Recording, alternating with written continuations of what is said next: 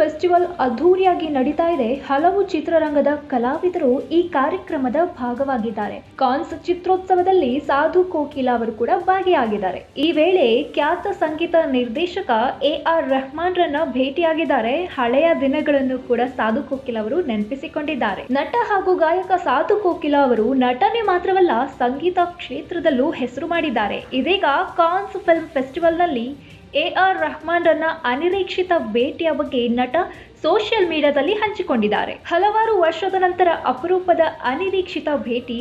ಸಂಗೀತ ಮಾಂತ್ರಿಕ AR ರೆಹಮಾನ್ ಅವರ ಜೊತೆ ಕಾನ್ಸ್ ಚಿತ್ರೋತ್ಸವದಲ್ಲಿ ತುಂಬಾ ವರ್ಷಗಳ ಹಿಂದೆ ಇಬ್ಬರೂ ಒಟ್ಟಿಗೆ ಕೀಬೋರ್ಡ್ ನುಡಿಸುತ್ತಿದ್ದ ದಿನಗಳು ನೆನಪು ಹಂಚಿಕೊಂಡೆವು ಎಂದು ಹಳೆಯ ದಿನಗಳ ಬಗ್ಗೆ ಸಾಧು ಕೋಕಿಲಾ ಅವರು ನೆನಪಿಸಿಕೊಂಡಿದ್ದಾರೆ.